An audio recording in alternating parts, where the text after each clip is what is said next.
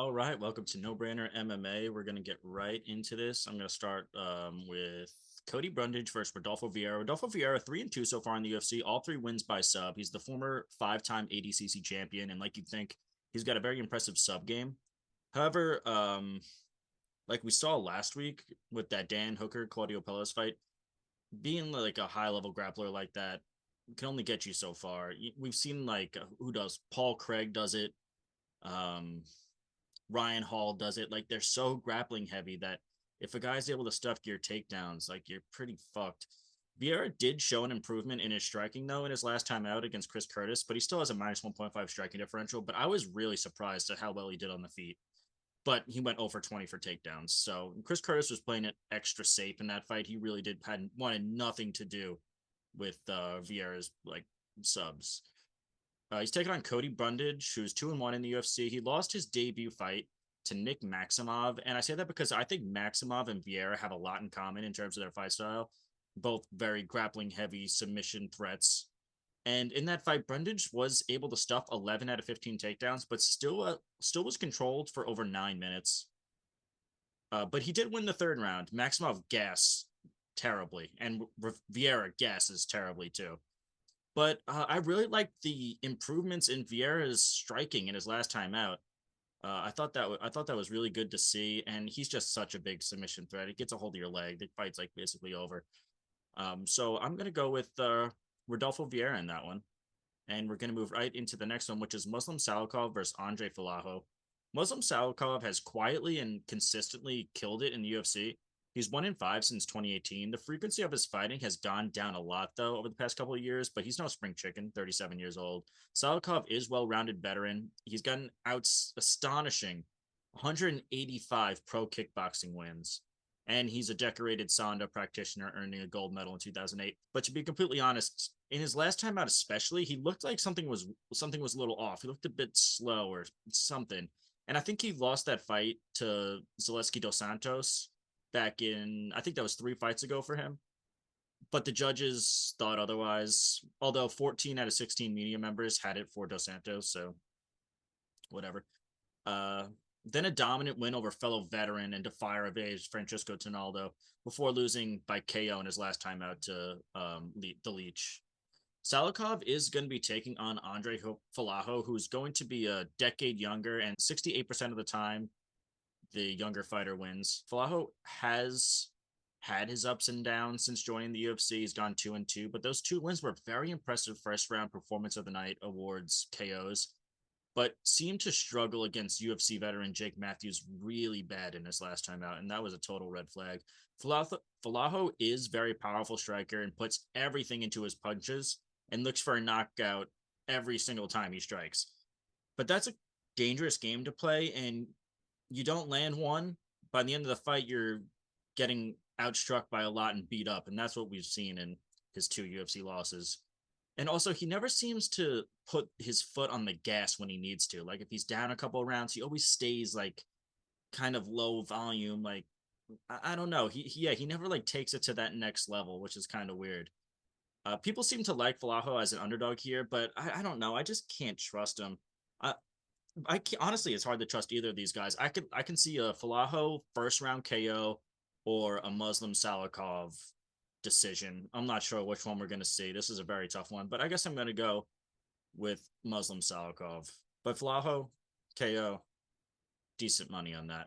All right, we're going to move right into the next one. Chase Sherman versus Waldo Cortez Acosta. I love a Chase Sherman fight. Chase Sherman was scheduled to fight 2 weeks ago against Josh Parisian, and that was scratched the day of because Parisian had some weight cutting issue or whatever. And that was very favorable matchup for Sherman after he had a rough out 1-4 skid.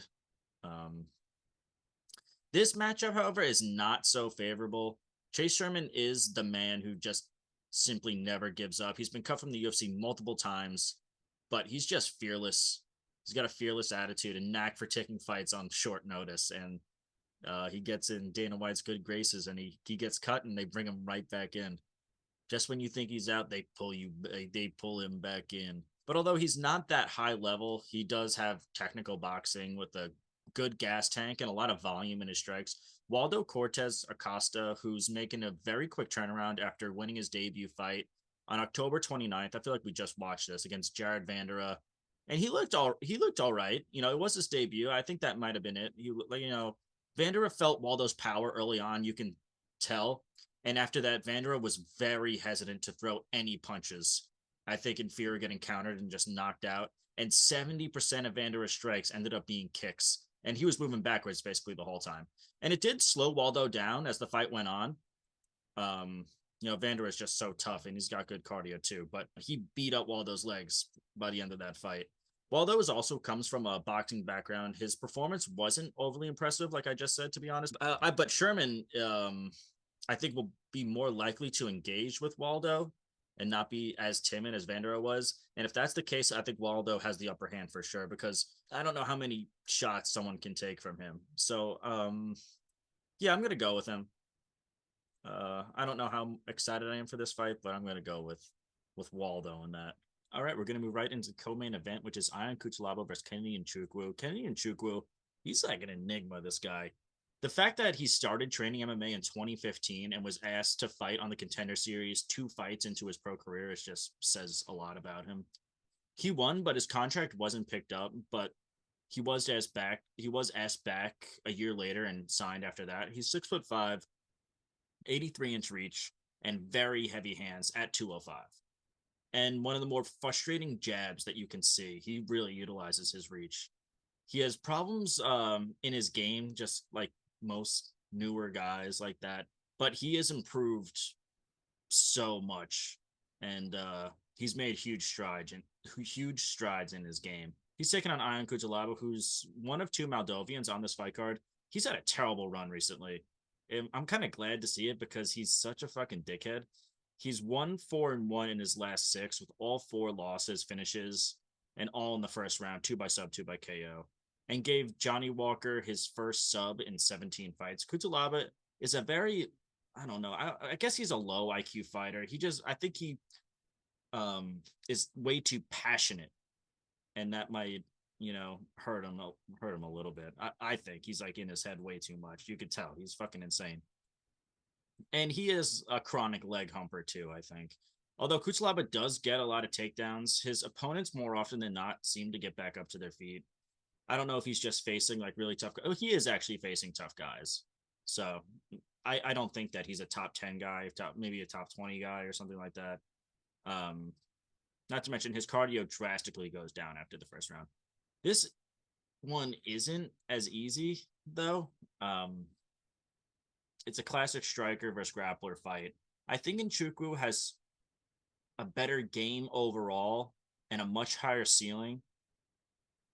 But I think stylistically, Ion Cutelaba might have a decent shot in this. The strength of schedule is really crazy different between these two. Cutelaba has faced absolute killers: Johnny Walker, Ryan Spann, Dustin Jacoby, Magomed Ankalaev twice, Khalil Roundtree, Glover Teixeira. It's just been like a killer's row of people he's faced. And Nzechukwu he's starting out. He faced Carl Roberson his last time out. He beat him up good, but before that, he was on a 2-fight losing skid to Nikolai Negumarano and Dao Jung. Although I did think he won the Negumarano one, but whatever. This is tough. I'm gonna go with Ion Cutelaba. Bounce back. I think it might be a boring fight. He's gonna wrestle a shitload, but I mean, compared to the guys he's been facing recently, Nzechukwu was a pretty good matchup for him. So I'm gonna go with Ion Cutelaba in that one, who is the underdog. And we're gonna move right into the main event: Derrick Lewis versus Sergey Spivak.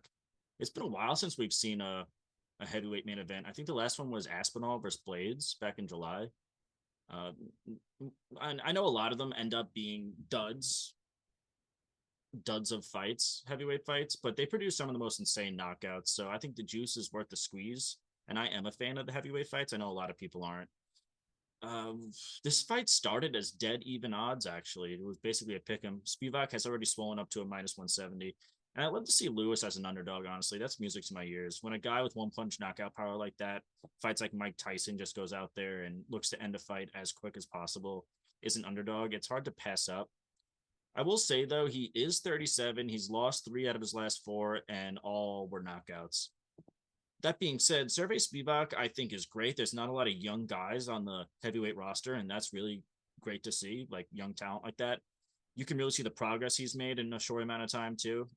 He's not that hard of a hitter compared to his fellow heavyweights. I'm not saying he has no punching power. He obviously does, but a lot of his KOs come from ground and pound, not really one punch knockouts like Lewis. Spivak is a very good grappler, like his fellow countrymen of Moldova, Ion Kutalaba, Alexander Romanov.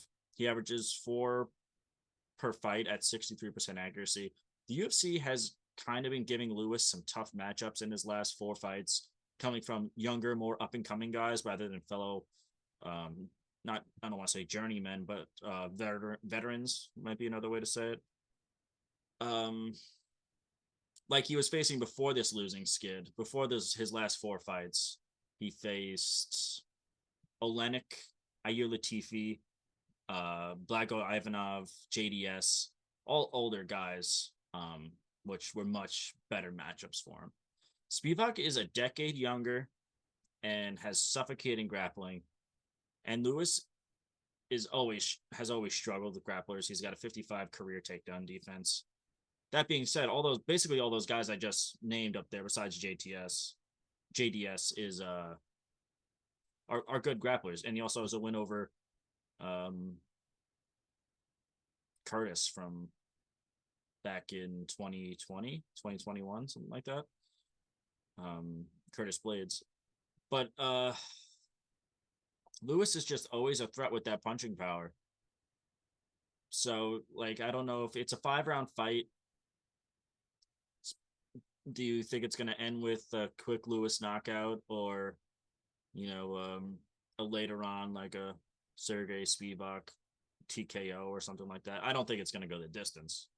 At least I hope not. I would like to see a knockout or some of some sort. But oh fuck, fuck. I feel so bad for Derrick Lewis. He's faced Sergey Pavlovich, Tai Tuvasa, Chris Dawkins, Ciro Gane, Curtis Blades in his last 5. That is absolutely insane. And he's gone 2-3. Sergey Spivak, Augusto Sakai, okay. That he was 0-4. Greg Hardy, who was 0-3. And I'm talking about just like the fights leading up to them leaving the UFC. He has a loss to Tom Aspinall where he didn't land a strike. And that unanimous decision win to Alessi Olyanyk, that's like a very, I don't know about, that's a weird fight. And yeah, and before that, Jared Vanderat. Like, it's so much different, so much different competition that they've faced. You can, I'm like stalling for time. I don't know. I don't know what to pick here. I'm gonna be honest. Fuck. Is this anywhere? This is in Texas. Derrick Lewis always fucks up in Texas. That's at the UFC Apex. Oh my god. I'll take Derrick Lewis. I don't I'm gonna take Derrick. This is one of the toughest cards to bet on. I'm gonna be honest with everyone. Um there is some super, I don't think like I think one fight is like massive odd. There's like one fight that's minus 400. I think everything else is like no one is over a minus 200. And I think there's going to be, if there's a card to bet a shitload of underdogs, I think this might be the one. All right, but I'm done here. That's it. No brainer.